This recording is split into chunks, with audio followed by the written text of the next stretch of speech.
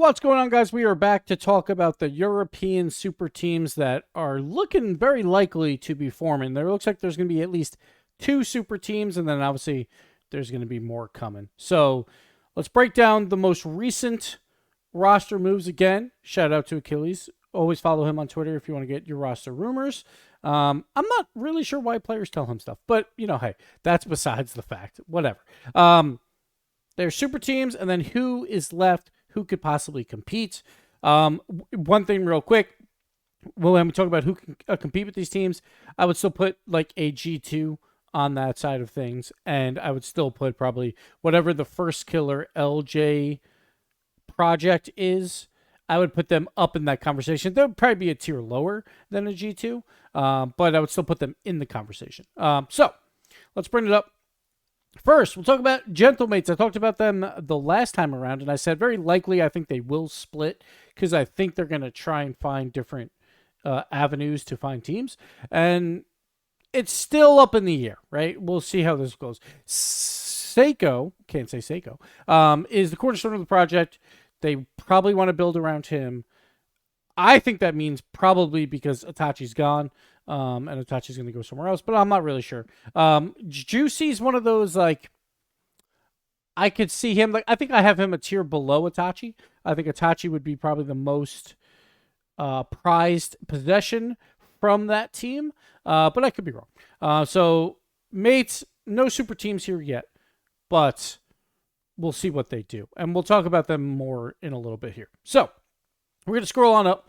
The first big move is K Corp has signed Drawley heading into RLCS 2025. And this is, according to Achilles, it's not official, but this is basically as locked as you can get. So Drawley signing for Rise. So this is one of your big moves of the offseason. This is Vatira, Atto, and Drawley as a team.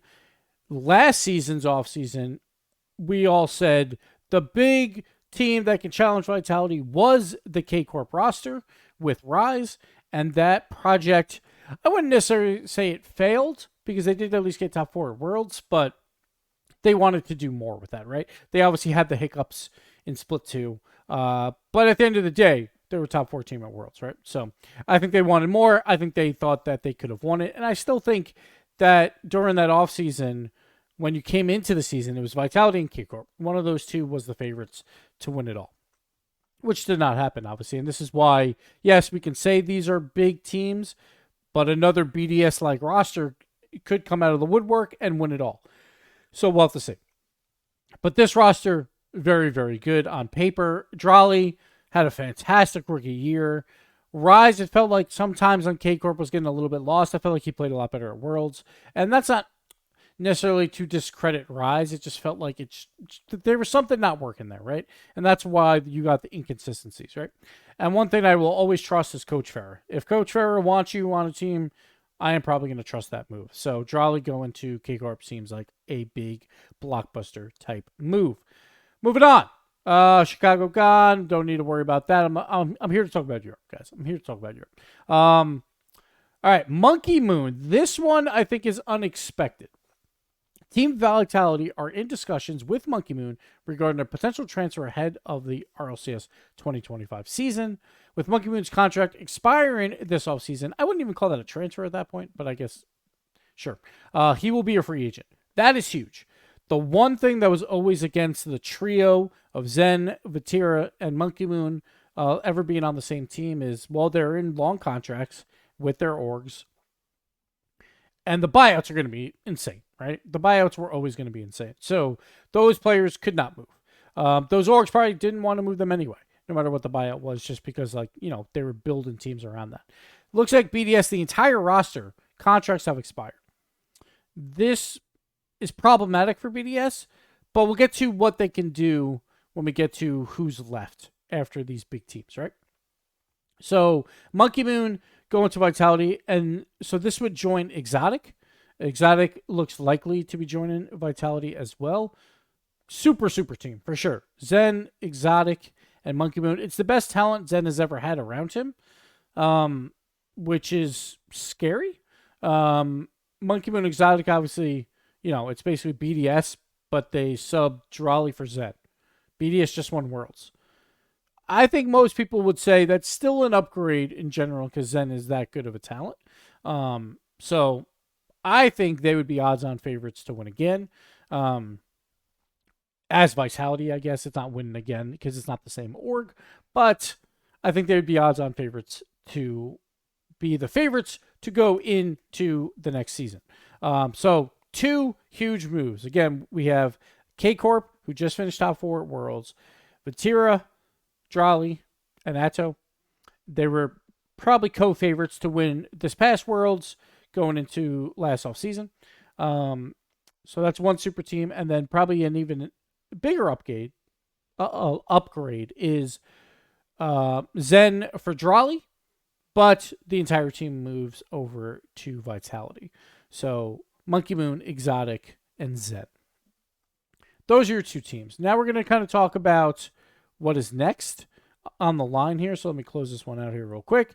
Who is left? Who can possibly contend with a team like this? I still think a team like G2 can still contend with this. I think a First Killer LJ an outside shot of going crazy. So we'll see how that all plays out. But those are the two from NA. Like, obviously, Falcons are right up there. I think they are definitely contenders as well. Outside of that, I can't tell you I have any other teams in any other regions that I think have a shot. Furia, I feel like they've been getting downgraded a bit. We'll see what roster moves they make. But they feel like they're a tier below these top teams, in my opinion. So, let's talk about who's left. So, if these teams are maybe still have all of Mates is available. K-Corp with Rise, he's available. Rado and Alpha are available as well from these big teams. Then you also have to put into perspective, Oxygen is still a team that is available. Archie, Oski, and Joyo. I would say probably Oski is the one people would want from that squad first, but I could be wrong. So here's what I'm thinking. BDS has lost their entire team. They went to Vitality. Drali went to K-Corp. It's gone. They build around Rise. So they bring Rise in. They bring in Itachi. So BDS is like, all right, Mates, if you are willing to give up Itachi, I can see a Rise and Itachi on a team. And then, like, let's see who they pick, right? I could see them going with, like, an Oski. I could see that team working pretty well. That would probably be my choice if you want to have like a next team up sort of deal. That's what I would think. I think Mates, then Seiko, Juicy. I think it's hard on their next pick. You would probably want it somewhere out of Oxygen or Vitality. I could see a Rado joining this team and doing pretty well. That would leave kind of Joyo and Archie on the outside looking in.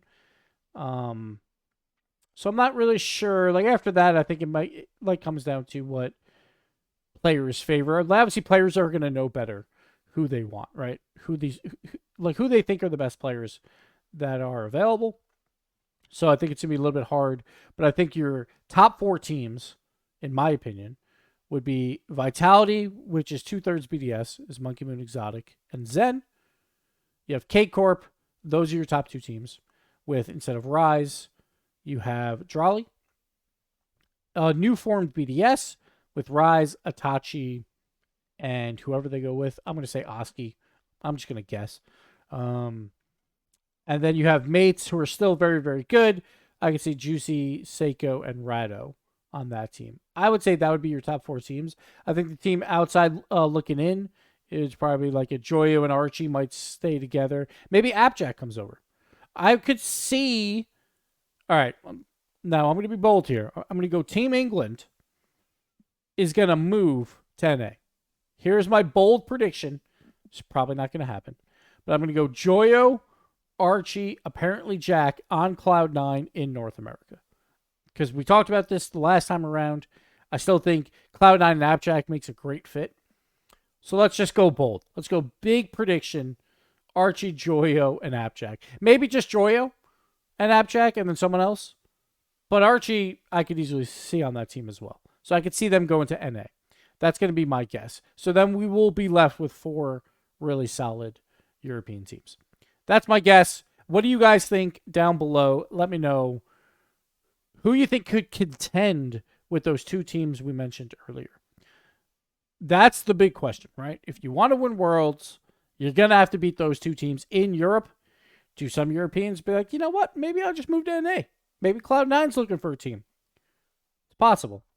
We'll have to see what's up with the mates. I don't know exactly their contract lengths, so that could throw a wrench into things. But, yeah. And who from other regions could possibly compete? Who do you want with First Killer and LJ? I don't know. Do you want G2 to be G2? Do you want Atomic swapped out for LJ? Let me know. But that'll do it for me. Roster Mania is just beginning. Again, it's early. It's early. But at the same time, if we're starting in January and holidays coming up, you probably want this locked in before December, right? So I would say about a 2-month window. So we'll see how it all plays out. Thank you guys for watching. We'll see you next time. Bye-bye.